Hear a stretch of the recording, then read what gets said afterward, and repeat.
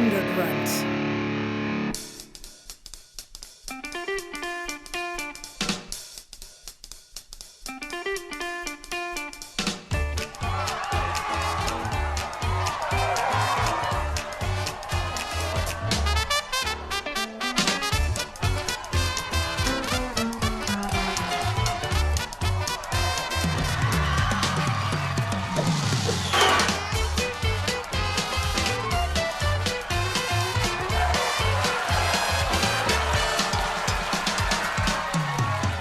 Hey guys, Bob. Hey, Bob. welcome to Writer's Blockbusters, the show where we treat the final edit of a movie like a script. We're going to go around the table and introduce ourselves. We're going to start with Jimmy George. I am Jimmy George. I am a screenwriter and script consultant. My Twitter handle is @JimmyRGeorge. I am Jamie Nash. I am a robot. That's what it sounds like. No. My Twitter handle is @Jamie_Nash. I'm a screenwriter. That's right. I think. And I'm at Thunder Grunt Bob on Twitter, and I'm awake, and that's what's It's important. amazing. Yeah, but we're going to start out by learning who wrote 1917, the movie we're talking about today. Yeah, who wrote Jamie. It was a collaboration. Why are we all talking so weird? I don't know. between Sam Mendes, popular writer of things like Skyfall? American Beauty? No, he I don't didn't know if write he wrote American it. Beauty. He he directed directed. it. He's a Yeah, director. yeah. He's more known for his directing. Revolutionary Road? Revolutionary Road. He directed that. Yeah. Yes, I dig that movie. I love that movie. Yeah. Yeah. Really a visual guy. Mhm. Amazing visuals. And American his, Beauty was what we brought him on the scene. Right. absolutely. Theater background. American Beauty is Yeah. what you think of. And Krysty Wilson-Cairns is her name. She's a Scottish writer. She has done things like Penny Dreadful. I think she was on the Penny Dreadful for a few seasons. She originally got her start with the Blacklist script called Aether. It was the script. It was a sci-fi script. It kind of was like a sci-fi take on Blowout. Okay. It was basically Oh, like awesome. there's sounds have a half-life, and they have this device that can listen. You mean the John Travolta movie? yeah, right? Yeah, Okay. yeah. Is there So- another one? the French There's- New Wave something. Yeah, or- you I meant don't the know. John Travolta movie. That's the one I'm Yeah, talking about. okay. Yeah, Yeah. So it basically had this. I don't know why I'm pitching her movie, but the Blacklist script. It was this. I read it years ago. It's She- rivening. She had this. That sounded sarcastic. Yeah. Go ahead. Yeah, exactly. There was this sci-fi device that could, sound kind of as a half-life. So they could put it in a room where there was a murder victim and hear the murder and try to solve the murder based on that. Whoa. And she had that, hit the Blacklist. She met lots of cool people, among them Sam Mendes. She was originally I on. think it's Mendes, but Is it really? I've always I have no thought. idea. I don't know why. I've always called him Jamie, Mendes. we always make Yeah. Jamie say the name. I might be wrong. Maybe it is Mendes. Well, I think he should spell it with a Z then. That's my that's my take. yeah, So, names. so she wrote I think she had something at Spielberg, that Voyeur Hotel. Do you remember that one? Oh, at yeah. all? Yes. Yeah. So that was that crazy one. That has a really cool history as well that you can listen to about on another podcast. She's currently writing the sequel 1918. Is she really? I didn't know that. No, I have no idea. Come on! I was. I thought 1941. I didn't know. no, but she's writing the Edgar Yeah. with Edgar Wright. Oh, is her really? Next Yes. flick. Yes. Yes. That's amazing. Yeah. So she basically is with every cool Brit director in the, Yeah. she's basically just moving from one to the other and writing a new script. We're recording this before the Oscars, just so everybody knows. Yeah, we don't know what's So- gonna happen. Yeah, so we don't know. If I know she's what's won. going to happen, but I'm not going to tell. Jamie's got the details. Yeah, Jamie's in the I inside. don't like to use my power for that. So apparently the genesis of this script, and well, first want to do box office. Yeah, Yeah. Give me the Yes. drum roll. Morning Zoo drum roll. the fart sounds and the dolphin squeal. Exactly. Right. Right now, this one stands at $122 million. Okay. Is that global? That is domestic. Domestic. International, $130 million for a grand total of $253 million. Really? So it's not worldwide, just destroying. I mean, like I thought for it a drama, was. though, I think Yeah, that's For an pretty original good. drama, Yeah. no IP really behind That's it. true. And think about this Hey, too. it's $250 million. It's- I'm not trying to undersell that. I'm just. No, Yeah. but for a non-American war movie to do that good in America, that's Yeah, no, you're pretty right. good, Yeah. right? Yeah. I would think. It's a bust. No. It's crap. Let's not even talk about it. So apparently, Sam gave her a call one day and said, "Hey, Christy, I got an idea." And then she, "Oh, really? No, I don't know. I can't do her Scottish Yeah, accent." don't try the Scottish I love accent. Jamie. So it would come out like Cultural appropriation of Scottish people. It would come out a little like Shrek if I did it. Get in my belly. No, it's like That's so- not even I Shrek. know. That's Fat Bastard. That's right. Well, same thing. That's the same. right? Same thing. guy. It's just funny that Same you guy. quoted Fat Yeah. Bastard. Yeah, but I We should call probably talk about 1917 at some Yeah. point. he is Shrek to me. So she got The a call. fact that we brought Shrek. Yeah, Shrek will come into every podcast now. So she got the call from him. He wanted to do a World War I movie. Mm-hmm. He kind of had the idea of the messenger. I think that was in his history, his family history, Yeah. if I'm remembering this. Yes. And basically he ended the call with, "And it's going to be done in one shot." And hung up. Yep. He it's- was like, so- what? Wait, what? Oh, what? Huh? So that's Yeah. our Yeah, backstory. that's the on it. backstory. Yeah. That's the one everything. the I one learned. shot thing's popular, you know. Yeah, and We apparently can do it better now. Apparently, when they first sat down at the kitchen table and met, they came up. She said they came up with a whole structure for it, and it didn't change after that. She Right. said that was the first time she So- had ever done that. They kind of hammered out the initial structure, Yeah. and then after that, it was a lot of research and things like that sprinkled inside into the Gotcha. structure and story. Gotcha.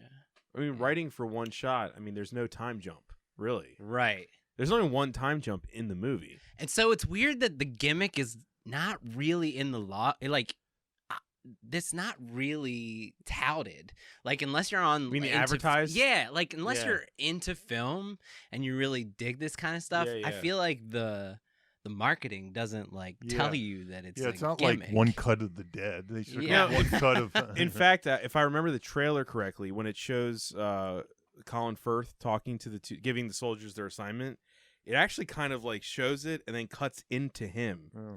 And I was like, The that's way interesting that they edited cut the trailer as if I it could was be like- remembering it wrong, but I remember there being a cut that it gets close up on Colin Firth's face. Oh, there's a close up. yeah, and I was like, it's funny when you watch the movie that it's They almost, just a like, smooth jump cut shot. it. Yeah, Yeah, they, that's- they tricked you. Mhm. Yeah, So it's that's not so really. I don't interesting. think they sold that. in Yeah, the I wonder marketing, how many so. people came to the movie and were like, "Wait, this Yeah. feels like one shot," and we're completely taken aback. Yeah, I didn't know it when I first saw the trailer. It took Yeah. me like after hearing about it, I'm like, oh, that's. I didn't interesting. either. Yeah, That's I what I'm didn't. saying. It's so interesting. Yeah. And how would you? I mean, I could see like titles, "Experience the life of a soldier in one cut." I Sell also that, think- right, unedited in a way that's Yeah. not cheesy. I Yeah, also yeah. think that even though this is a very serious movie, it's not like an Avengers movie, but audiences aren't going to come to a movie if you tout the special effects. And this, while it is a gimmick, it's still part of special effects. Right. You know what I mean? They're not impressed by the fact that you can do it in one shot now. Right. Like the Right. normal layman audience. Yeah. It's like, of course they can. They can do anything. So Yeah. why would that be very impressive? Yeah, It's a yeah. style thing. We've That's it. seen, I mean, even One Cut of Birdman the and- Dead, Birdman, Yeah. that toys with this kind of stuff. Back when I like The I Haunting think of Hill House episode. early aughts. 5 or There was that 6. Yeah, I foreign think film. it's 6. Early aughts. There's a foreign film that came out when I was working at a video store called Russian Ark. Mhm. And that Oh, was yeah, one Russian Ark. shot. Yeah. But forgot about that was different because back then it wasn't a gimmick as much as they did the movie in one shot. Right. It was a play. It was literally almost, a play that yeah. was filmed in one like a location that they rehearsed and rehearsed. It wasn't like this where there's Oh my God. where it's this. stitched. Yeah, I know, but it's stitched together. Right. Whereas yeah. that was like literally they shot the whole thing in It's one actually shot. always been my dream is to do a one-shot film. God. Yeah, because yeah. It's so I could shoot it impressive. in a weekend. I've seen Unlike 40 this 65-day shoot. This was. I've done 40-hour film festival where I've seen a team did that, Right. and and I asked them about it, and they said the great thing was we spent all of our time rehearsing, Yep. but once you get it, that there's no post. Yeah. it's It was like you amazing. add some music and you just Yeah. color it, and that was it. It was like, but they did a one shot 48-hour and it was like 8 minutes long, Oh my gosh. and it was going all throughout. No a house. budget, one shot. one shot. That's So, cool. Yeah, Yeah. That's impressive. it was cool. I'd like to do one day. That'd be cool. Yeah. So it'd be fun. I wanted to bring this up before we get into it. Have Yeah. you written gimmick movies? found footage, I think, is a similar gimmick. style of gimmick. Yeah, You know, yeah. It's a genre now almost, though, right? Yeah, but you It's a could gimmick. you could see where this could You be. both have written. That's what found I was footage gonna movies, talk yeah. about with you. Yeah, Because for me, conceptually, the thing that always fascinated me about found footage was because it's a gimmick, you could just apply it to movies that have already been made. Like, you know what I Right. mean? Like, oh, there hasn't been an exorcism movie. Let's do found footage exorcism. There hasn't been a Godzilla found footage. And I think this gimmick could be applied the same way. Cloverfield's I Godzilla. agree. Cloverfield's Yeah. Godzilla found footage. Pretty Exactly. Yeah. That's what I mean. Yeah. So I think this movie could be the same thing. Hey, there hasn't been a zombie movie done in one shot. Right. Let's do a zombie movie. There hasn't been a superhero movie done in one shot. Let's do one a super- shot. And it kind of you is the can new kinda the new thing gimmick you're bringing yeah, to the mix. And I'm not we sure probably that'll will happen, but see yeah, that there'll be though. at least one. Yeah. I don't know that this is that big of a because of the budget of it. Yeah. And the difficulty Right. to make this movie. Oh my gosh, I it can't may even not. imagine. If this movie had made $2 million or $2 billion, I mean, right. then maybe Everybody we'd see would have been a trying to gazillion- chase that yeah. gimmick to jump on it. Yeah. The next Yeah, I don't feel like Shazam this would is be gonna- one shot. You know? Whatever. Shazam would follow 1970. Shazam, one shot. Well, I guess here's the question: is do you guys think that this movie would work traditionally? Not in the way it's told. So I read a bunch of Traditionally shot. Let me clarify that. Yeah, I think it could. I think it it could. I think it could. I mean, there's even an argument to be made. It could be better. I'm not sure. I'm not sure if it wouldn't be better. There's when it comes to this, I know we're talking about cinematography, but when it comes to this, there is kind of a distance sometimes because everything has to be in one shot. So yeah. You know what I mean? Yeah. So For me, they- you know. I'm assuming that there would be amazing cinematography. There would be a lot of long takes, but just a little bit different, like just a slight re-edit of this, and I could see it still would work. Fury Road be better with one shot? That's a question Holy too. shit, I think that so. You know what I would mean? be with one Well, no, a shot. movie where the protagonist just has to get somewhere. Yeah. Well, if we took that and changed it to that, I think style. so. You really Yeah. think so? I don't know. I think it would be cool. I'd like to see it. I'd see it, sure. Yeah. So there's like a million interviews out there with Would Almost Sunset be better in one? No. I'm just- Deuce Bigelow, one shot. all of them. You can like sit here. So he went through. So I patched together. This is not from one source. This is from like 10 sources. So it's hard for me to like quote where. So it's these more came correct than it from. would be, right? Where they basically talked about why they chose the gimmick, and then basically how it informed all the storytelling decisions because of the gimmick. And so I pieced together. It's almost like the animation thing we've talked about. Yes. Like how it's being made is informing the script. Informing the script. Okay, Right. yeah. So the first thing that he talked about was why did they choose the gimmick? And he said that it wasn't about like flexing his muscles as a director and like flexing their... Bullshit. It does sound like bullshit. It's like, Yeah, come yeah, on, yeah. there's got to be an element of ego there somewhere. But he said it was because he wanted the audience to experience the world through the eyes of these two soldiers and to like immerse the audience into like a wartime setting like this. Yeah, yeah, yeah. And he's basically said, you know, people in war at any moment could be killed, and so he wanted to capture that feel. And he dismissed the first person shooter comparison, even though I do feel like feels like a first person shooter game a lot, because he was basically saying you're not telling somebody a story, you are active in participant in the story, and those are two separate things. But so he had a reason for the gimmick, and I think that's very like telling, because like what the reason that I was asking you about the gimmick thing is, like, I read scripts all the time that are gimmicks and they suck because they didn't need the gimmick. And I feel like this movie does need the gimmick. I think that what was constructed with it in place. it was born out Right. of the gimmick. Yeah, Right, yeah. Like when we were doing I almost don't like calling it a gimmick, but yeah. It is a gimmick. But Though. It is, but it feels like almost Here's my argument why I think it could survive, because I think it still has a gimmick. It'll be a real-time movie, which is also a gimmick. like Nick Yeah. of Time. yeah, Yeah. exactly. Remember that movie? Yeah, Nick of Johnny Time. Depp. Johnny Depp. Yeah. Or 24 or whatever. Yeah, Yeah. 24, Something right? like Yeah. that. And that's a gimmick too. Yeah. Like, can we do a movie in real time? Yeah. And those were shot traditionally. And those were shot traditionally. It's just they click to real time. I mean, there are probably a lot of real time movies at this point. I can't think of too many, but Like we've talked before, like Pulp Fiction works because if they told it linearly, it wouldn't be as good of a story. Right. You know, Memento works best backwards. it doesn't work. You tell it forward, it's not as good of a movie. So I like that both of you are kind of like, I think this is fine if it wasn't one shot. I'm not really arguing that it shouldn't be. I think it's still. I just think it could be a good movie. I think that if the same creators made this movie and they shot it traditionally, it'd still be a solid movie. Right. Gotcha. It's a simple movie. That's and that's great. but and it that's has the only way to its do. downsides. I think the simplicity is part of the gimmick, for sure. Yeah. Right? Yeah, like a couple other things they said. Let me argue one more reason why gimmicks can be bad sometimes. Mhm. Sometimes they call attention to themselves. Exactly. So sometimes you're like, wow, how did they get from that shot to this shot? And you're thinking What's all a these great weird example things. And that's this What's that? movie. Well, I'm saying, what's a great example of a gimmick calling attention to itself? A popular one. Well, I think in this movie there were times when it was transitioning, and I'm like, Distracting. that looks like where they did the edit. And I'm Yeah, playing yeah. that game with them. Distracting. How did Right. they shoot that? Where did they? I sadly started looking for the Works scenes. against Yeah. his favor. But do you think that's because we make movies? I think here's There's the probably a thing little is, bit of I don't that. believe Yeah. movies are about the first watch. So I think like the next time I watch 1917, I will not be doing that. I agree. Yeah. So it doesn't matter. You know what I mean? Like Yeah. movies are made for eternity. Yeah. They're not made for the first viewing. So Yeah. while I agree with your point right there, because Mhm. I was looking for the seams, I won't next time. Yeah. I'll just go. You'll just be there. I'll just let and it happen. And I've yeah. watched Birdman and For stuff. me- I don't care Look, anymore. I love Children of Men, and there's that one Yeah, crazy yeah. scene that I'm Yeah, like, yeah. Yeah. I'm constantly like, how did they do How this? did they Well, do that? The Right, reason the I artistry. guess the worst tweet I saw about 1917. I hate bringing up Twitter, but it was somebody saying like, just because a movie is impressive doesn't mean it's good. Mm. And I read that after I'd seen it, and I was like, yeah, but I think it was good, and it happens to be impressively Yeah, made. I think Like I kind of disagree with that. that's what I think I'm trying to argue too. Is that's why I think it could be as good without the gimmick. Without the I'm not gimmick. saying it's worse because of the gimmick. That's what I want to be Yeah. clear about. And, Yeah. and my side of like this. we're really worried about people coming down on us for not liking No. 1917.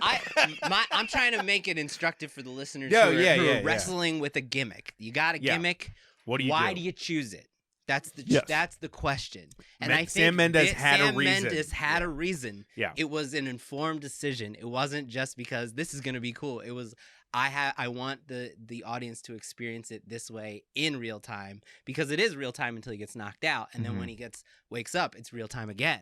So he And said There's kind of an importance to the fact that it is a war movie, and it really did happen. yeah. And, you know what I mean? Yeah. And to experience realism without a break, that's Right. actually something that could be argued is a little bit important. Yes. We've never had that in this genre. I agree. That's So, what makes yeah. it special. That's what makes it stand out. That's what, Yeah. for me, that's what makes this movie worth existing. Right. And to that point, So you're saying the gimmick is actually important. I think Yeah, the yeah, yeah. gimmick is the reason the movie belongs in the conversation. to Yeah. that point, I mean, the movie is, and we kind of talked about this before, there's a ticking clock in this movie. Mhm. So we can feel the ticking clock with them, because as the time Right. goes on in the movie and things like in that. real time. In real time. That we're seeing. We're not just feeling it's that. We're Yeah. seeing the real We time. can see it. Yeah. So, Yeah. so Yeah. usually the ticking clocks are days or hours, and there's Right. edits and there's Can't chops be. and we jump. Yeah. I was thinking that while watching it, that doesn't have to keep reminding us almost. Like Mhm. we No. know the urgency of him Because getting there. it's so is like- palpable. yeah, like 'cause Yeah. it hasn't because broken. of the style. Yeah, yeah. Yeah. Yeah. It's created by the gimmick. Whereas if it was traditional, they might have to throw in more reminders. Oh, they that, absolutely would. like you know what time it is. You know what time it is. Yeah, You got to and get they're there. We gotta doing get there. that, Yeah. but that's just sort of they're Yeah. covering their ass with And that. it was Yeah. weird. Like in the beginning of this, I'm like, this is weird because they have to cover amount of ground, and we're gonna have to watch them walk from A to B. You know, I was like, yeah. So is this Lord of the Rings in real time? in my You know, filmmaker walk. mind, the one thing I was like, you know what's kind of weird is that if it was traditionally made, there'd be so many more like Peter Jackson wide shots to show Mhm. us like Mhm. remember how he was trying to get to the trees? And I'm sure this is actually in the script. Like I imagine there would be a wide or aerial shot of seeing where he is in relation to the trees. But in the actual movie, the trees are kind of hidden over Yeah, there, no. and he's running They towards them. And kept I'm like, it really intimate. well, I was like, is that where he's going? Because we don't know, because Yeah. you can't cut to a wide. Yeah. Mhm. Yeah. So He it's, said he wanted you it. know. He wanted it as much as possible to be experienced how confusing. You and can't we're look. with him. You can only look left, right, front, back. Right. You can't. There's no shot, reverse shot. No, we're not above the character. Yeah. We Yeah, can't be above the character Yeah. and see where everything is. Early on, I know, and this is less script stuff, but they spend a lot of It's time. hard not to talk about cinematography with And 1917. Yeah. Yeah. They spent a lot of time behind the two, and it was kind of, it's like, let's walk behind the two people and don't see their faces. The wrestler shot. Mhm. Yeah. Right? Yeah. Yeah. There's Yeah. a lot of that. So okay, so going back to the gimmick choices, the writing based on the gimmick. So the first after choosing the gimmick, the next thing he talked about was, this is very unusual, and you pitch our show as we treat the movie like the final draft of the script. And so Yes. he Yeah. said, and she said this too, from the start, it was the opposite. The script was the destination. The script was what the final edit was intended to look like. Oh. Okay. So usually, like, a script is brought to set and they're like, we'll figure out what the movie is when we get there. Yeah. But with this movie, they stuck to it religiously, and she was on set every day for 65 days, and they had to rewrite like emotional beats in the moment to make sure that they maintained the gimmick. So like, it was constantly being rewritten, but they also tried to stick to it religiously. It's like a very interesting case in that way. So like, there's no play with it or anything like that. right. Yeah. it's Exactly. It was like, we designed it for the gimmick. Everything that happens on set has to be tweaked so we can maintain the like integrity of the gimmick. Yeah. So that's another like really weird writing thing that we don't really encounter on this show, like chicken and egg. yeah. It's usually the other way around. It's and they said that from the start. And then okay, so we talked about, they said everything had to be real time. So every decision, every storytelling decision was based on like, how long is this going to take? Mm-hmm. Like, before they even like crafted how they were going to shoot it, they were just having conversations about like, how long is this going to take? Is it going to take 30 seconds for it to be 30 seconds on the page? Like, you know what I mean? Right, they were right. trying to Minute is a minute a page. right. They Is were that trying happening? to track. Yeah. They were trying to track that. They were How many navigating pages that. is the script? So it's interesting. The script's 120 pages. The movie's 109. Yeah. So it is a little shorter Yeah. than the page. So it doesn't Interesting. translate like It's- that. Not it's, exactly, So you yeah. have to imagine that was really difficult, like, to plan out. Yeah, you know? yeah. Like, how long is this gonna take? The next thing is, Jamie and I have both read the script. There's no camera instructions on the page, which is very interesting considering this is a movie based on like It's the camera. The camera Yeah. is God. So on Yeah. the opening page, it said this is going to be one shot. Right. But they made a separate document that was a 65-page document of camera instructions. It was the script without dialogue. So they had two scripts. They had man. they had a story script, and they had like a schematic script. So it was like they made the decision from the start. We're going to focus on the story, and then the other departments are going to focus on their part of it. I think that's very interesting. That's really.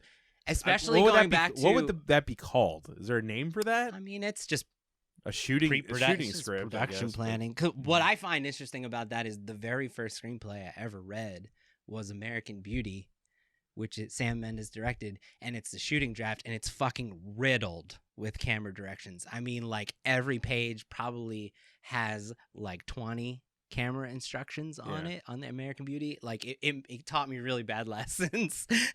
So I find it fascinating that the first movie he directed was filled with camera instructions, and then now he's maybe obviously- that was Alan Ball. yeah, maybe it was Alan Ball. Yeah, You know, that's true. It's Kevin Spacey floating above the story. right.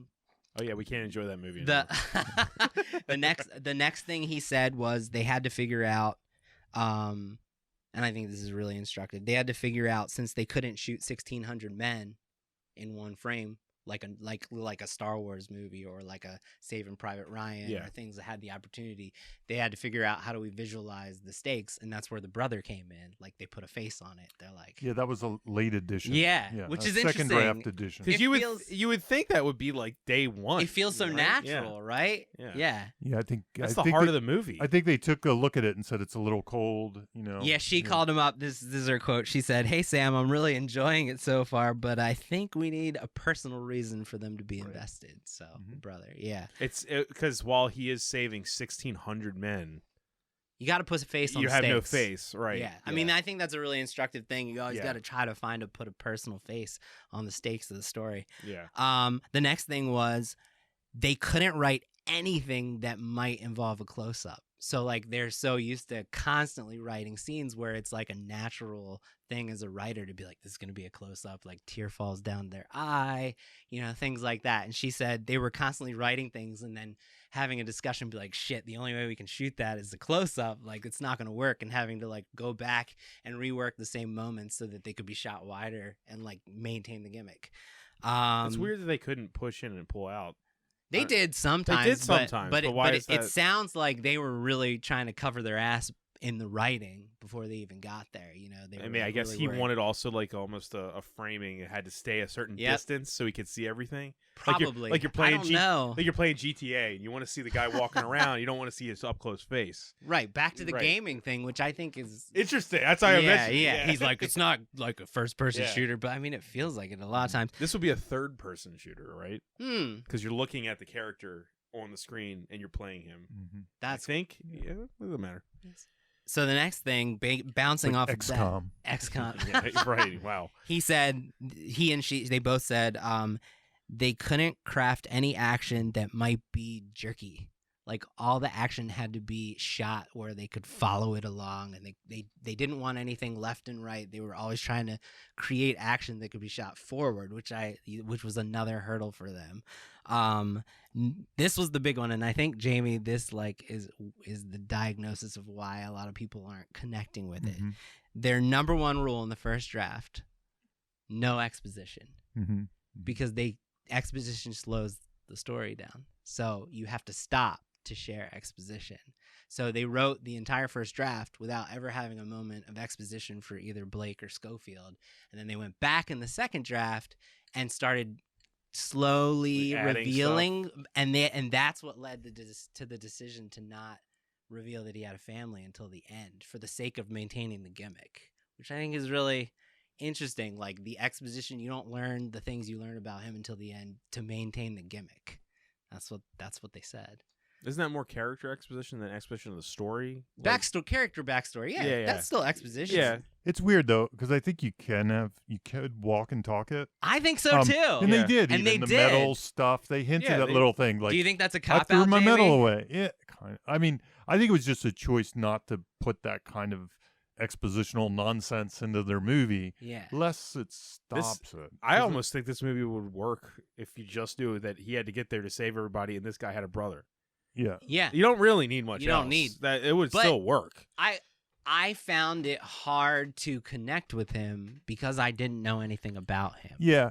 I think to me, It's like Twilight of war movies. Like you just put yourself in, In his that place. way. Yeah. to me, it definitely it leaves you colder sometimes. Mhm. You know what? It's and again, it's just a choice. There are movies like this, and there are movies that are the other way.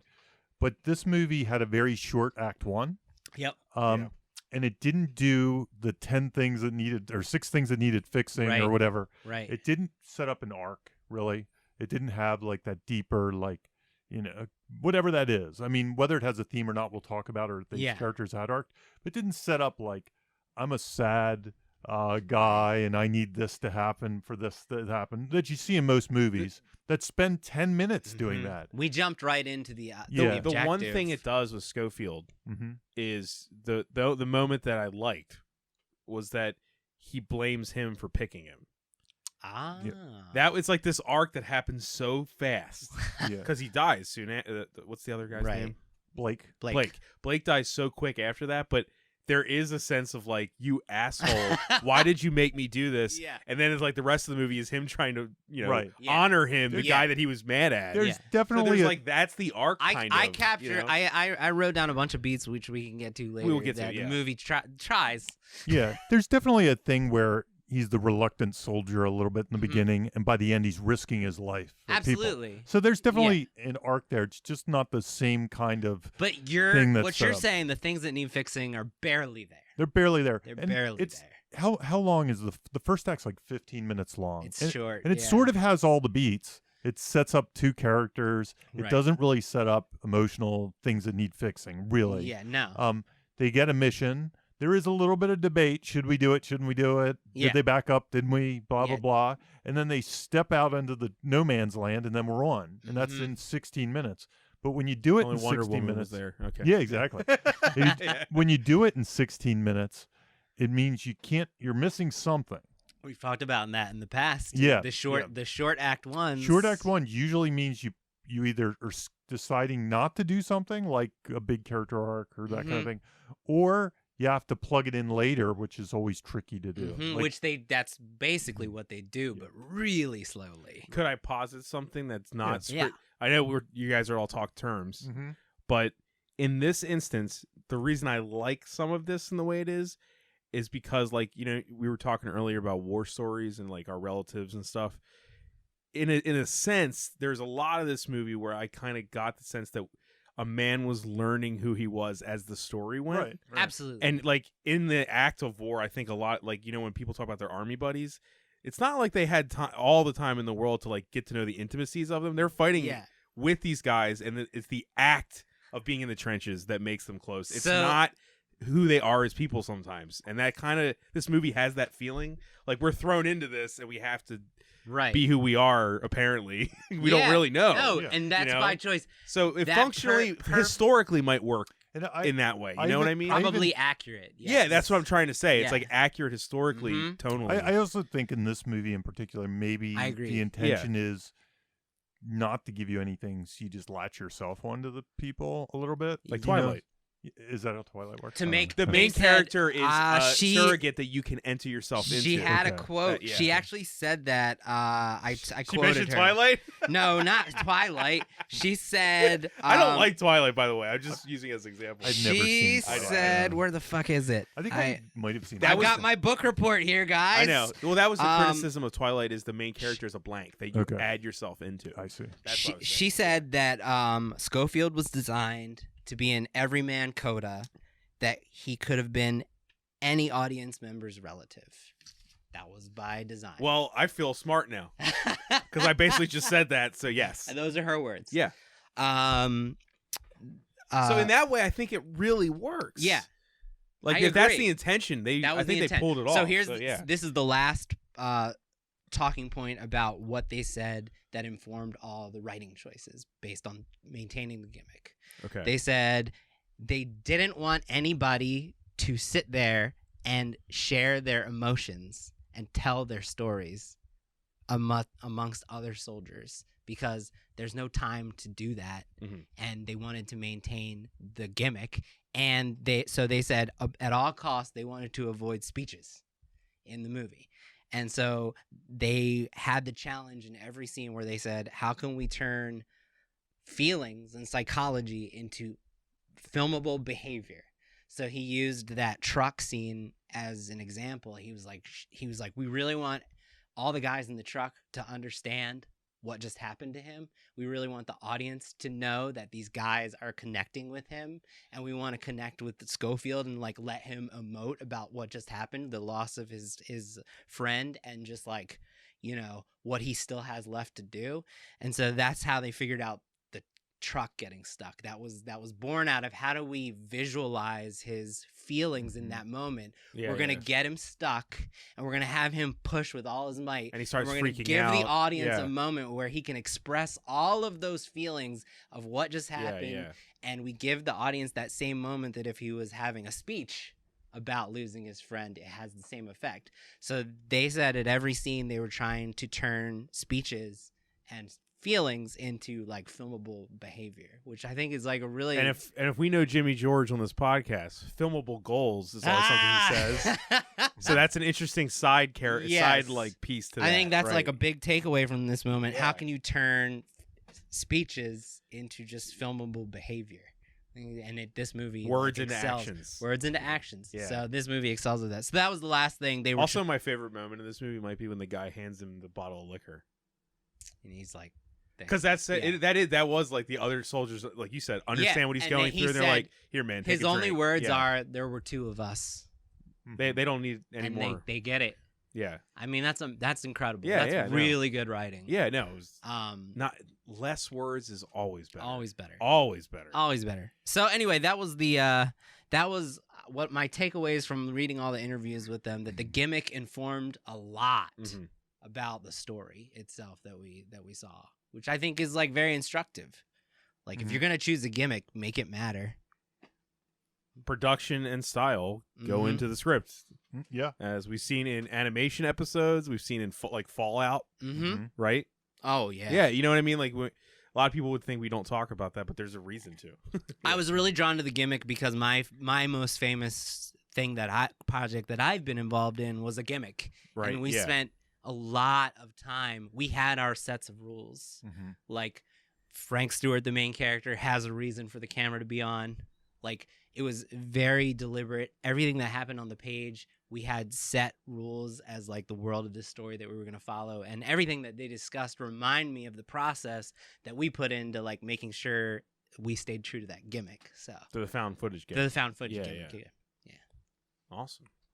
All right. Well, you're good on I'm that? good. Okay. Book report part 1. And now Jimmy's going to talk about No.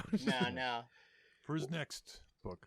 Well, I mean that we kind of covered. Reading Rainbow right We here. covered the ticking clock, sort of. Yeah. I think we're probably on structure, maybe. Yeah, Yeah, the structure. And the one thing I wanted to bring up with structure for this one is there's a thing in Blake that Blake talks about. Blake and is who? Blake Snyder, Save the Cat. That we talk about Save the Cat a lot, but there's this other thing. I think maybe he brought it up in one of his later books or his blogs. I can't remember if it was the third book or not. The best one. The best The one that has Jamie in it. That's I think right. we said that on the last. Page 85. We I literally think. made this joke on the last episode. I really, Yeah. I really have to find the page. I can't believe you don't know the page. I'll figure it out. I really can't. I think it's 85. Sadly, it's hard. Whenever I open the book, it's hard to find because it's like lost somewhere in the middle. So I look for it like every night. So he has this thing called the 6 major beats. So there's this question when you first get started on a concept, what are the ones you start with? And he posits that these 6 are the ones to start with. So I thought maybe we talk about those tonight. Yeah. Or today. It's day. It's not night. We're in it whatever Interior. time you're listening. Yeah. It's that time. It's Bob's that time. house. Day. Hey. So the 6 major beats are these: opening image, catalyst, break into 2, midpoint, break into 3, closing image. They're the ones that Blake says start with those. Come up with ideas for each of those. So in this movie, the opening image is it's the 2 guys laying by a tree. It's kind of peaceful. Yeah, flowery meadow. Yeah. And I'll just skip to the closing image because it usually bookends. He walks out in a similar kind of scene and sits by a tree, right? And he's alone this time, and it's after the war. I'm not even sure. Like, usually those bookend each other, and I guess in this sense they do. Well, he opens his eyes in the first one from sleeping, and then the ends he goes to sleep. What do you? And just as a hint, what do you think? What do you think that is saying? Like, do you think it's? That was my next question. Yeah, What is because that? it's debatable. That's a theme question. It is a theme question. I'm skipping ahead a rough little on bit. the theme. Yeah. I think it's messy. Is it like another Honestly, day in the hood? Well- You know, is it something like that? I mean, that's what he's saying. Are we gonna jump to the theme? Same or are shit, what are we different doing? day. Well, Do you want to we'll park that. We'll move the park opening that. because I think Theme's that, a different discussion. Okay. Yeah, but so we'll get it's there. weird because I want to kind of figure out the opening closing too. So I'll just Okay. bring that back up. So it does feel like a video game though.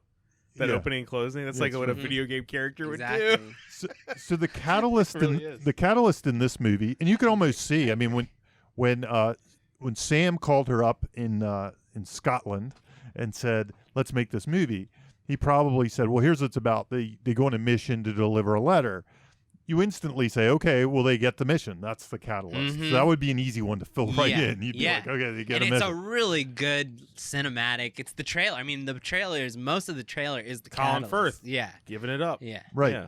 So then the break into, based on that same phone call, would be they go on the mission. Right. They step into no man's land. They go on the journey. Yeah. They go from the ordinary world to the different, the new world. Yeah. The so one to that speak, has the been danger built world. up to be And I dangerous think- and scary, and you Exactly. never go here. And all I that think stuff. there's an argument to be made. I agree with you about No Man's Land, but Yeah. I think there's an argument to be made that the end of Act break into 2 is when they get to the abandoned German fort, which is sort of where the actual like upside down opposite world, because No Man's Land isn't really opposite, Right. and like Act 2 is typically the opposite world, And they're that used surprised, to. like they're finally shocked by And- what they're seeing. and that right? happens way Yeah. more prototypical. It's what did I didn't write down when it was. Shit. Shame on me. But it's a lot How later, but dare still it doesn't in between how dare me. Then in between that No Man's Land and them hitting the German base, there's no extra character work Right. that Yeah. builds It's the before world Yeah, things yeah. that need fixing. I kind of felt the same thing you're feeling, like that feels like some other kind of thing, like another shift. yeah. The reason I'd go with the first, but it's all debatable. It's whatever you debatable. feel. Yeah. And it's kind of like how I feel about Raiders of the Lost Ark too. 2. So Temple of Doom. No, as well. That would be 1. That way, you're right. It's a That's prequel. right. It's a prequel. So Last Crusade. Yeah.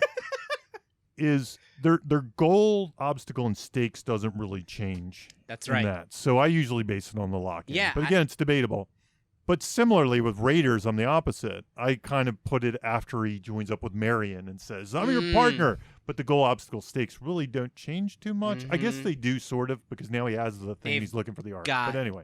I kind of Uh, lean toward Jimmy on this uh-huh. one.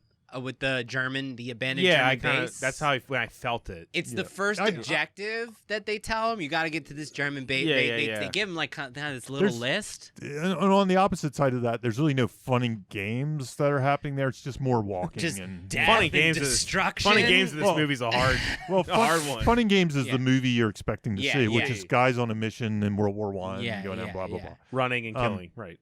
So anyway, Avoiding getting killed. Avoiding death. Right. Yeah. So in my opinion, then it's like the catalyst and the break into almost come right from the initial Right at the idea, like beginning. right from that phone call.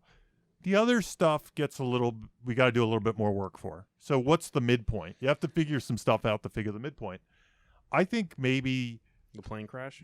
Well, I think it's the death. The I death. think the death Well, scene. that's what I meant. Yeah, that, yeah. that scene of Yeah, for sure. him dying, Yeah. Blake So- dying. Yeah. So that's a Yeah. stake raiser. Now he's by himself. And Bob, know? you brought up how the protagonist thing. It's a protagonist switch. Oh It's a yeah, surprise. yeah. The one thing where I thought this movie really got me is that I really truly thought Blake was the star of the movie, and then this turned into the Schofield movie. Right. That switch actually surprised me. I don't. Did you guys not feel that? No, Did you there was an element of he's sort of this anonymous character, and then he takes on.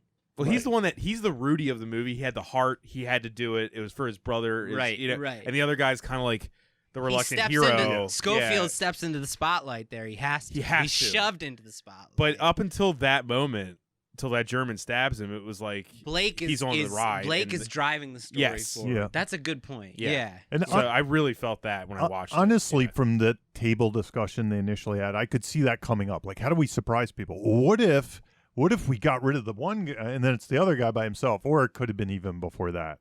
Like, we can't have both of these guys. They probably survive. mentioned When do we kill executive them? decision. They were like, "Remember when Steven Seagal died?" Yeah. Samuel Jackson, Deep Blue Sea. Yeah, right.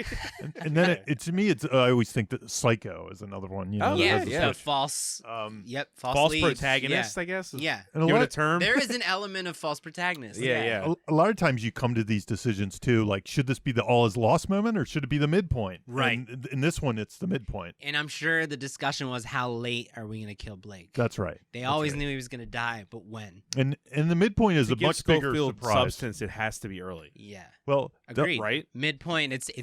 the goals, like you said, goals reset. That's the perfect way. and the to all is stakes raised. lost. The all is lost is more predictable. Like, the midpoint's a real big surprise that he dies that soon. If he had died at the 75-minute mark of the 100-minute movie, we'd have been like, yeah, we've seen that. You know, There would be no struggle for Schofield to actually Yeah. go through. He has to go through a lot of different things to get there. yeah. He has to get the ring back to Mount Doom. What would you say is Right? the all is lost? I think when he gets shot, is the all is lost. I think when he gets shot, and then the Dark Night of the Soul would be the whole. The woman, the baby, and all that kind of stuff. And, that and whole the section. reason I wanted the to town, ask you is right? because typically, correct me if I'm wrong, Jamie, because Mhm. I might be. The the All Is Lost and Dark Night of the Soul sometimes have the opposite emotion of the midpoint. So the baby is sort of a whiff of life. Yeah. You know? Yeah. Like I felt Is like that a term? Whiff of life? No, it's just a whiff okay. of usually Dark Night of the Soul comes with Save a the whiff, Cat 3 by comes Jamie with Nash. comes with a whiff of death. People who hate Save the Cat have logged off.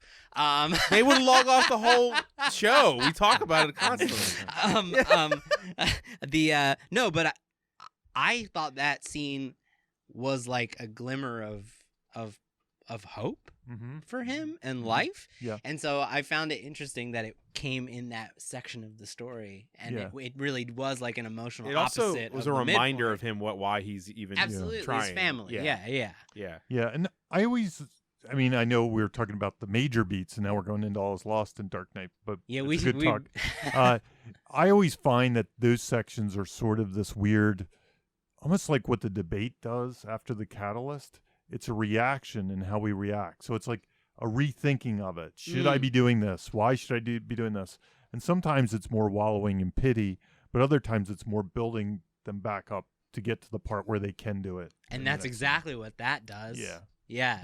He's reinvigorated by the woman and the baby. I often find that Dark Knight and the debate are similar in that regard. Like one is to go on the first mission and the other's to go on the finale. That's, so I love that. I think there's sort of this weird also introspection. What I like about that scene too is I don't know if a lot of people would even call this a big deal, but I feel like that's the moment also when he kind of just strips himself down to just himself. He gives the woman everything. And he's like, it's me. It's like there was this like non-verbal, it's visual. It's just him and the goal now. There's no help. And we learn later that he has a wife and daughters. Yeah. So that becomes you understand that that's like a huge reminder. Yeah. Of like he's got something to fight for. Right. And like so it like I said like re-energizes him. I think this movie would be way better on more watches. You know what I mean? Well, yeah. Now you have all the answers at the end. I know, but I think when you watch it more than once. I'm on both of your sides with the. I would have enjoyed it more had we been given more emotional connection to him sooner. Mm-hmm. If I knew all about his family. Hence why the second watch should be better. Yeah. But they were trying to do that in the service of the gimmick, but whatever. Yeah. Keep going, Jamie. Yeah, keep going. Yeah. Sometimes the way they get around that too is they cast somebody you know really well. Like it was surprising that they were unknowns. Yeah. Shia LaBeouf would have been right. As a guy, or I don't know, somebody that you just already have a connection with. Right. You feel connected to him because Tom you Hanks. know him in I other hope movies. He wins, yeah. Whatever. Yeah. This guy was really pointy. Pointy. Mm-hmm. He just didn't look like a star. I don't know who that actor is. He was good, but he didn't look like a star to me. And like what you're saying, I almost had a distance from him. Like, who is this guy? Man, mm-hmm. that everyman aspect. He has a very everyman face, which it seems like it's fully intentional. Yeah, deliberate. Yeah. I would have cast Kevin Hart, but I don't know. Can you imagine how interesting that would have been? It would have been if he had like a British accent and everything too. Yeah, this would be really weird. When the deepfake technology comes on, I'm sure somebody will do it. So then the break-in is sort of debatable, but it's sort of whatever connective tissue when he kind of sets out in that mission. I'm not sure if it's when he's going through the bodies and then he crawls up on the thing, if that's the break into, because it's kind of the third act.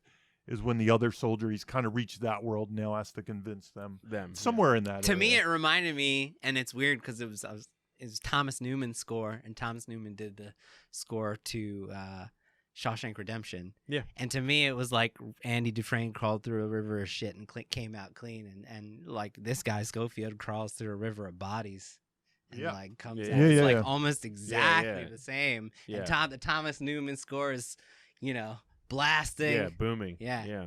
And you can see then when you have all those beats, it kind of hints at what the whole story is, because you know your finale at that point. You're kind of projecting it. You know how it ends because somebody's sitting by a tree most likely, or whatever, they're alive. Yeah. The midpoint, somebody's died. So you kind of have the skeleton that then you can go back in and further refine the little pieces. So that's why those 6 are the ones. Yeah, I'm sorry I talked about some of the smaller beats in between. I just no thought worries. It was worth discussing. Yeah. No, but those are the 6. I just thought then we could skip over a couple. Yeah, and we can go back to the opening and closing when we get to theme. Yeah, We're let's on do the- it. That's we're on the fine. Yeah, track, don't be yeah. sorry. I'm sorry. This is a weird movie to talk about. This. Yeah, it's dark. It's very weird. Yeah. So We're not So, usually I mean, why don't we talk about it now? The Schofield arc. I don't know. I say yes. I think he's a different man at the end than and he is that's at the your beginning. test, That's always my Jamie. Yeah. test. If we put that character in the opening, would he act differently when he got like the message and stuff like Yes. Yeah. I think so. What do you think it is, Bob? Well, I mean, there's like I'm asking. there's pragmatic reasons and there's Mhm. also emotional reasons, right? Like obviously he would act different because he's been through. I think this is the first time we're seeing this soldier go through true hell. Like he's been in war, but he hasn't seen this kind of hell. This much So personal hell. right. So there is like he's been through the PTSD of this movie. I mean that town know? burning is like a descent into hell, man. right? Like it's so you cannot, even though it might not be like an emotional thing, you can't be the same person after you go through this. It's like the Yeah. Revenant or something. You know what I mean? Like yeah, once you go through something like that, you are changed. There's no argument. right. You know what I mean? But he also, there's an emotional aspect with, I think he was close to Blake. And while it's not very heavy, everything we just said, it's not very set up. Everything we watched from that moment on is him saying, from my last dying breath, I will do this because of my honor for this guy, which is something that he did not seem to have before Blake died.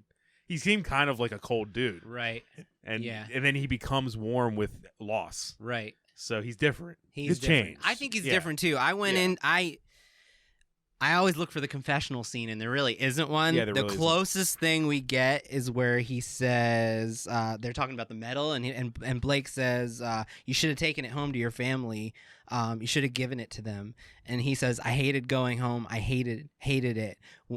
When I knew I couldn't ever stay, and when I knew I had to leave them, and they might never see me again. So I think it's a cynical to hope arc is what I would say. There's a learns to that you can make a difference arc that I've seen a lot. Yeah, and if yeah. this feels like he's a guy who, when we met him, he doesn't feel like he can make a difference. Like this is a hopeless mission. Like they're gonna die, and he doesn't feel like he can make He a almost difference. seems cynical just about war. The Just- war is hopeless, yeah, so it doesn't exactly. matter. Right. And he even says like the medal doesn't make you special. Nobody cares. It doesn't matter. It doesn't Right. mean anything. And in the end, he And learns that it does mean Yeah. something. And he also learns that he means something to his family the way that Blake meant something to his brother. And to him. Like, yeah. And to him, Yeah, right. yeah. His brother. I think that's the lesson he learns is that he can make a difference like in the battle and at home. And it's like- really simple. it's Yeah. simple Well, and it's it's so light. simple. There's not much evidence Yeah, of it. it's simple, but it is there. Also because it's sort of real time. I mean, I know he's knocked out for some minutes, but to Yeah. him it's real time. That's real the only time. cut in the movie. Yeah. Yeah. I mean, you can't learn that many lessons and go through encounters in real time. Right. Like in a movie that spans a year or 10 years or 2 months or 1 week, you So can you're learn saying more they lessons. did what they could with the character's real-time experience. Like this might be the lesson, but maybe we can't totally see the effects of it until Right. the next movie, After. 1918. It's very much like 1980. it's like John McClane. Like we hope that he's 1918. Yeah, It's like John McClane. We hope. I opened the door for Jamie to Uh-oh, do the uh-oh. inside Please- joke. oh my God, yeah. No, but we hope that You know, if John's he hadn't gonna done be, this, they would have won the war sooner. If he just stayed out of it, it would be the fine. war would have been. Yeah. They would have attacked, won Listen the to war. our Die Hard episode and saved my millions. my idiocy and bringing up a fan theory. No, but I think that we feel like the arc, the actions that prove the arc, will happen after the movie ends.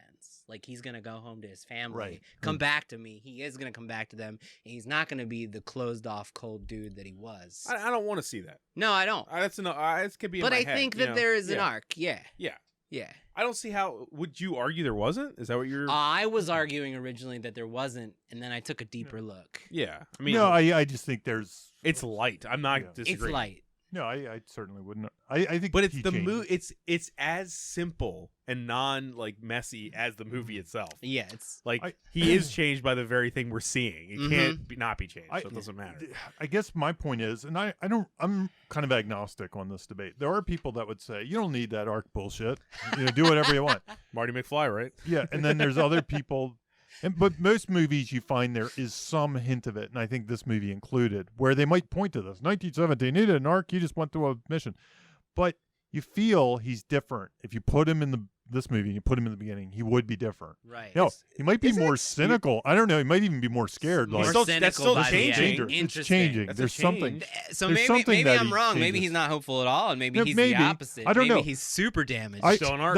that's part of it. Like, I could see him being like, I'm not going through that again. Hell with that. We're gonna die out there. Becomes a You know, deserter or something. That's a- you go out. You know? Still, that's arguably an arc, right? It is. It It just is. gets worse. It is. Yeah. But And I think that's all an arc has to be. So I think that's the argument I'd use against those.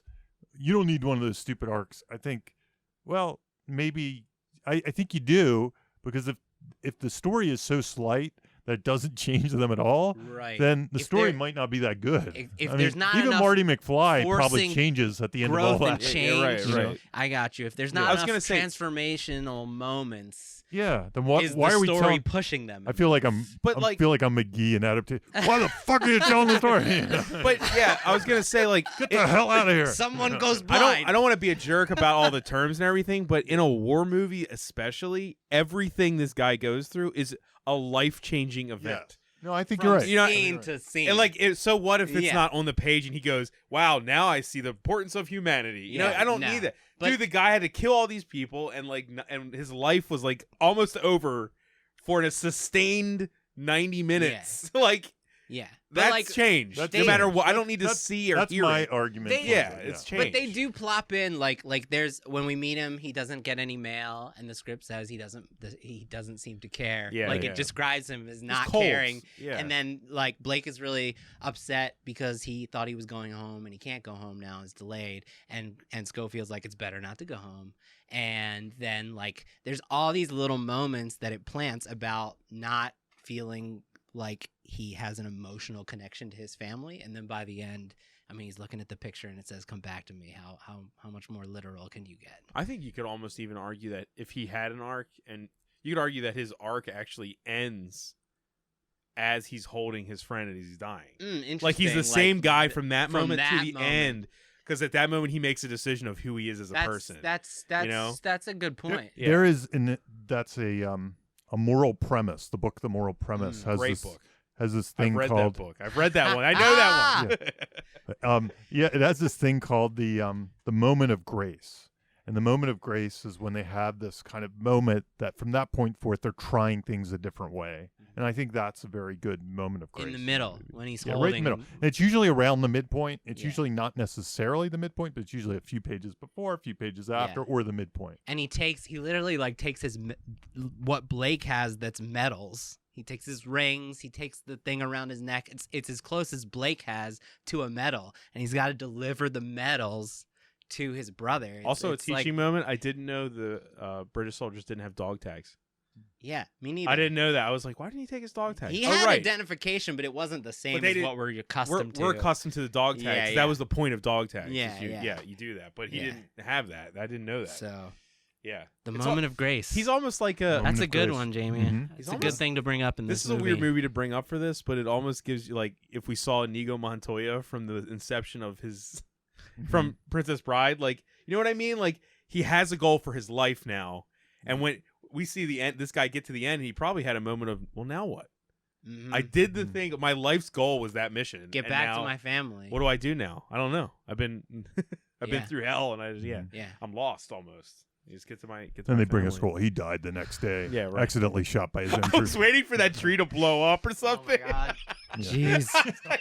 It's like, is he gonna get shot right here? Like, I mean, terrible. Oh man, it's a different movie. The next day, he helped Wonder Woman escape. No. What a cameo that would have been. She Right. just showed up at the end. Tonal shift. Right, total shift. Fine, that's okay. Well, So, well yeah. related to that, why don't we, theme-wise, I mean... Antagonist, right? Oh yeah, I just wanted to bring up the fact that there is no.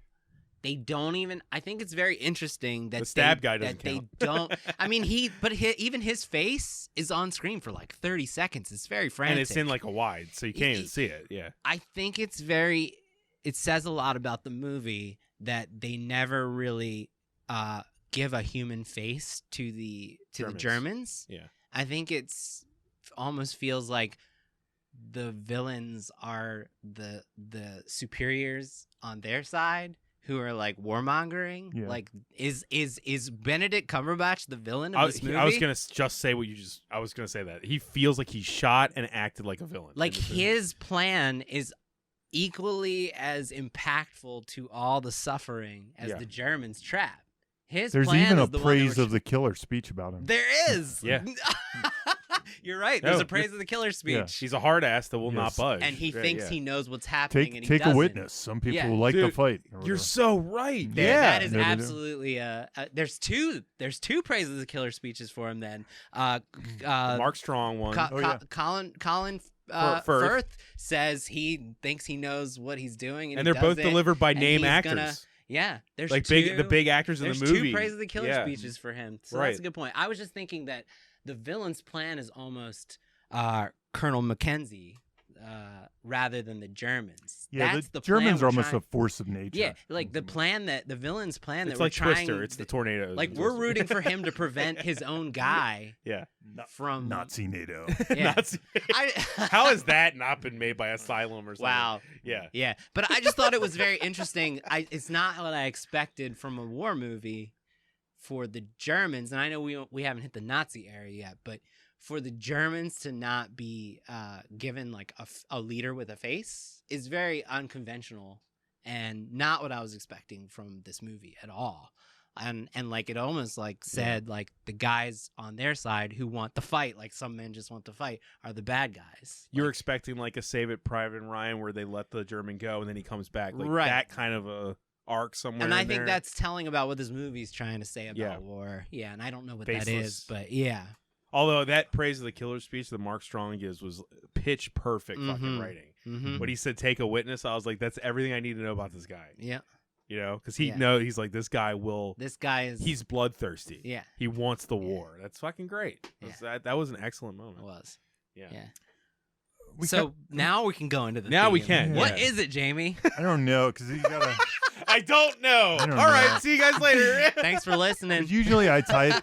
Usually I tie it to the arc, and usually Yeah. you know there are some.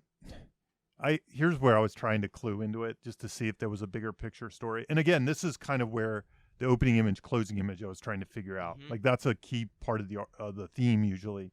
Another place, they had this song they kept coming up.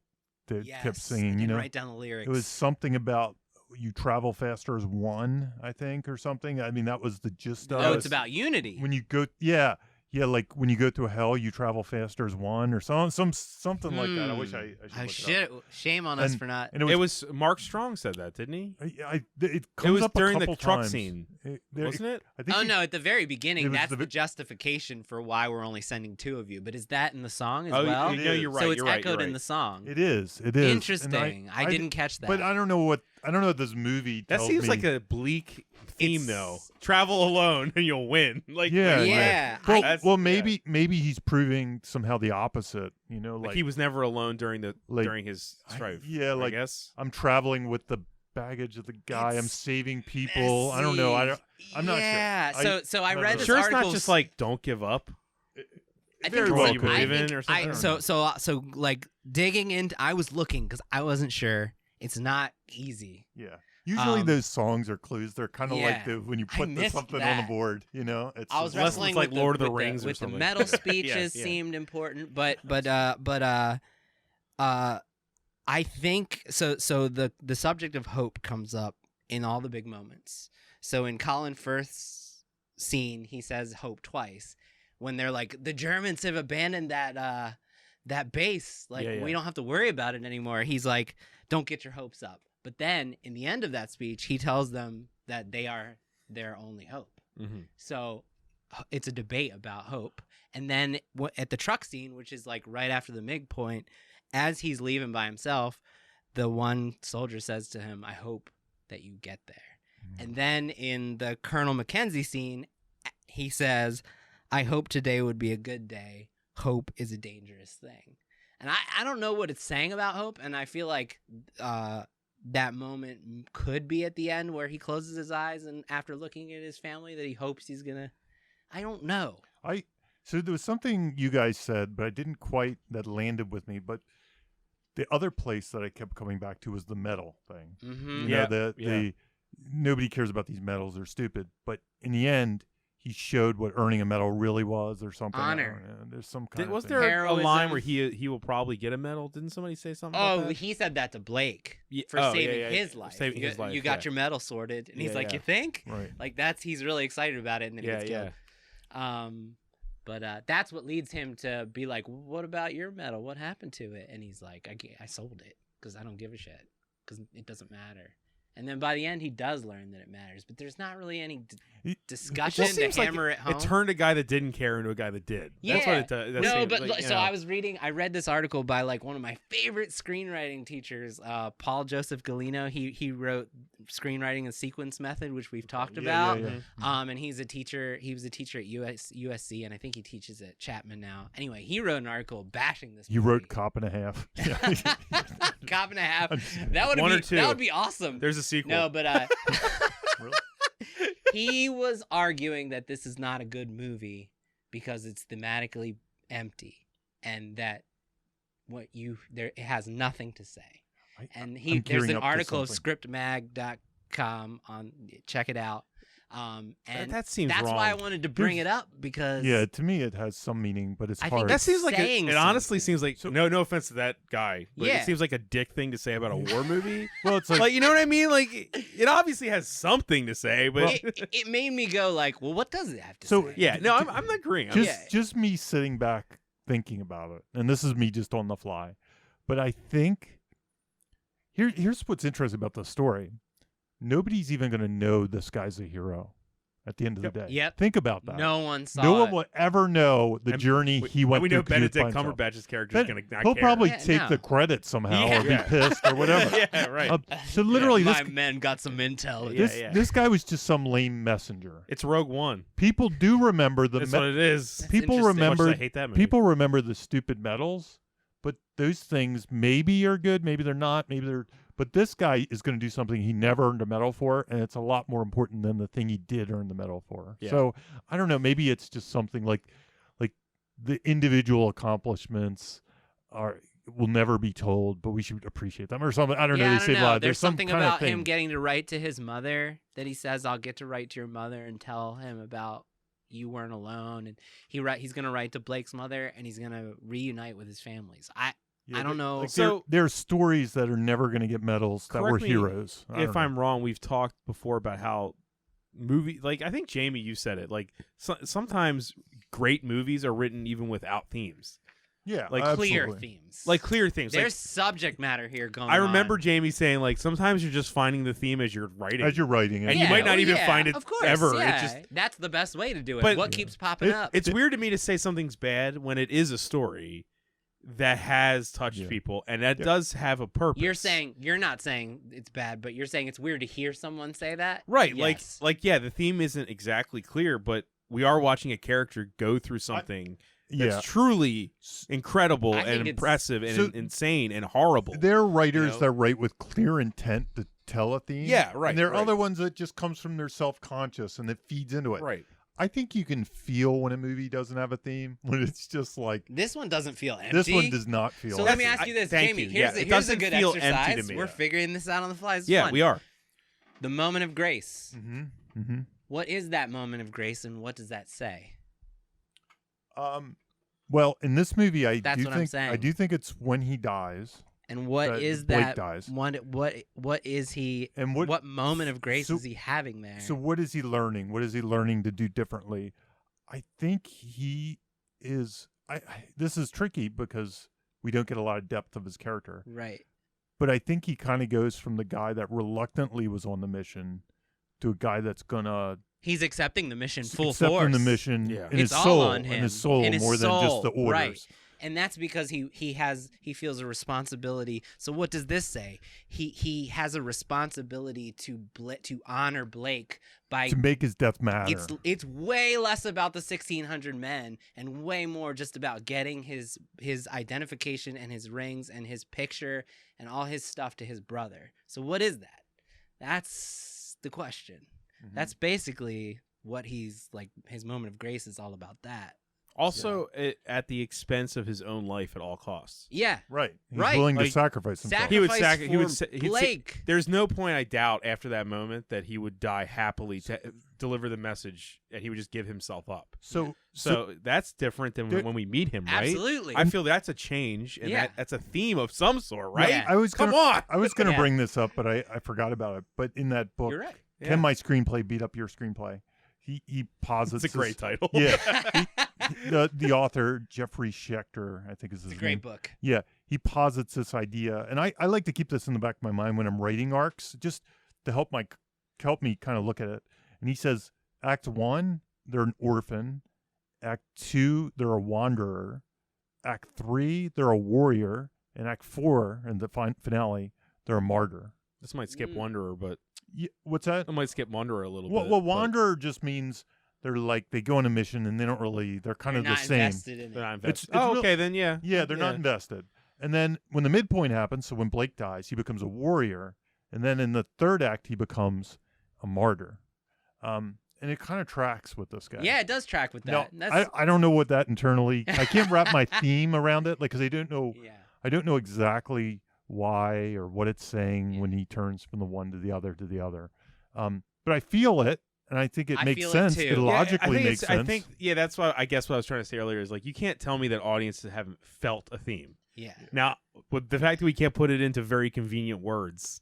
Yeah. The only words that I've you know- found, but I don't know if this is a theme, this is more the arc I kept going back to, is like I said, he seems like a guy who doesn't, he's the guy who's saying metal's not special.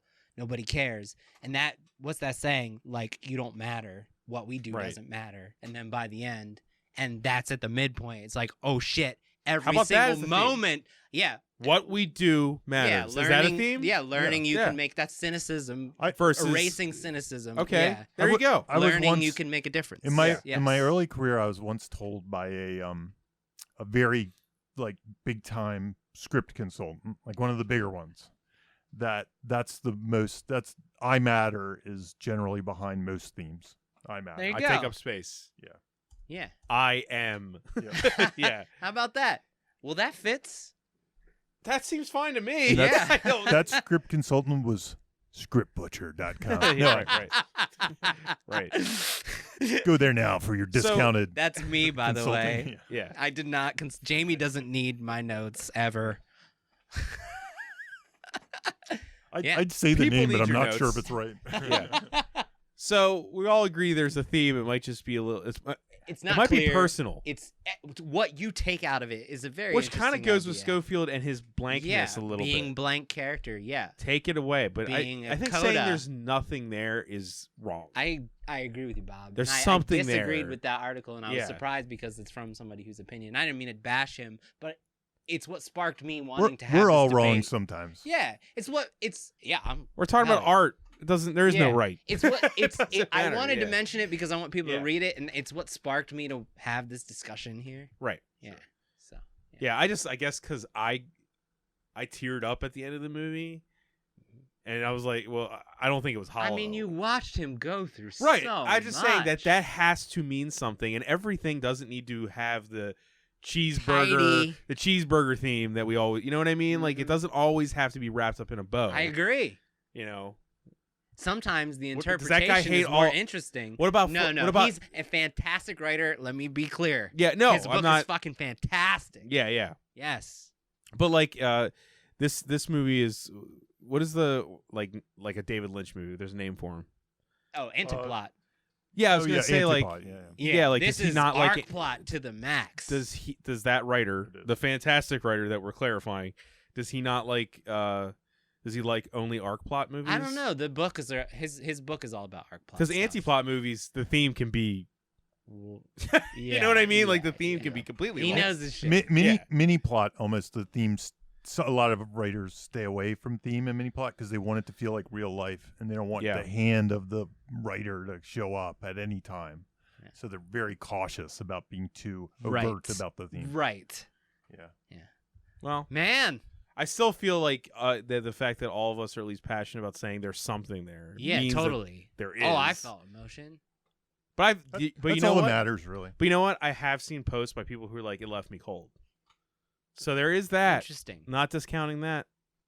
It's up to the viewer, right? Yeah. It's up to the viewer. Yeah, whatever your experience was, that's your experience. Yeah. A lot of my favorite movies, like in the 80s, like I don't even know if this is true, but some of the Spielberg ones and stuff, they didn't have overt theme, like, baked into them. They just had the Like subconscious. Raiders doesn't feel like a theme movie. They have like a subconscious. Indy doesn't even stuff. arc that much. Yeah. It's like The writers are putting We're personal. gonna do that someday. The writers are putting. I mean, if he personal didn't do truths into anything, they things. wouldn't even. There you go. That's in it. I'm sorry, Jamie. It's time to end this. We need to do it just so we can talk about that. I really Exactly. want to talk about that. Yeah, I think so. What did we all learn from 1917? For me, I learned that it confirmed that gimmicks need to have intention and they need to inform all the decisions in the story. And this one does. Yeah, what most impressed me, this isn't necessarily a lesson learned, but most impressed me was how they can keep the pace in a movie like this and how hard that would be to write. Because I know when I write things, I'm constantly overwriting. I need it to be edited. I need an editor to come in and chop it up and tighten it up. In this movie, they didn't have that extra, pass. So it's kind of amazing that they were able to pull it off. That was what really impressed me about it, is that they could pull it off without that extra I agree. chop, Yeah, and I'm going to go with just how well I guess I'm going to say false protagonist thing can work if you do it right. Mm-hmm. Because that struck me as hard as it could. Because I was like, oh, he's not in this movie. Oh, okay. Yeah. Yeah, I was I was moved by the fact that he was the motivation. Like was not expecting that. Yeah. And that was really That impressive. Blake was the motivation? Yeah. That was more impressive to me than like the actual gimmick in a weird way. I was like, man, that's what hit me about this movie. Yeah. So, yeah. All right, 1917. Thanks for listening, Yeah. guys. Thanks. Well, by the time you're hearing this, it'll either have won Best Picture and definitely Best Cinematography. So Maybe right? it'll win Best Screenplay. Or Best Director? Or best editing. We can't know, but Yeah. Best Editing, yeah. Best Sound Mixing. Sure, fine. I bet you know what? I bet you it'll win Best Score. That's my guess. Yeah, I have the score. it is. All right, guys. Bye. Thank you. You have just listened to Writer's Blockbusters, a screenwriting podcast featuring two professionals and another guy. Available only on Thundergrunt.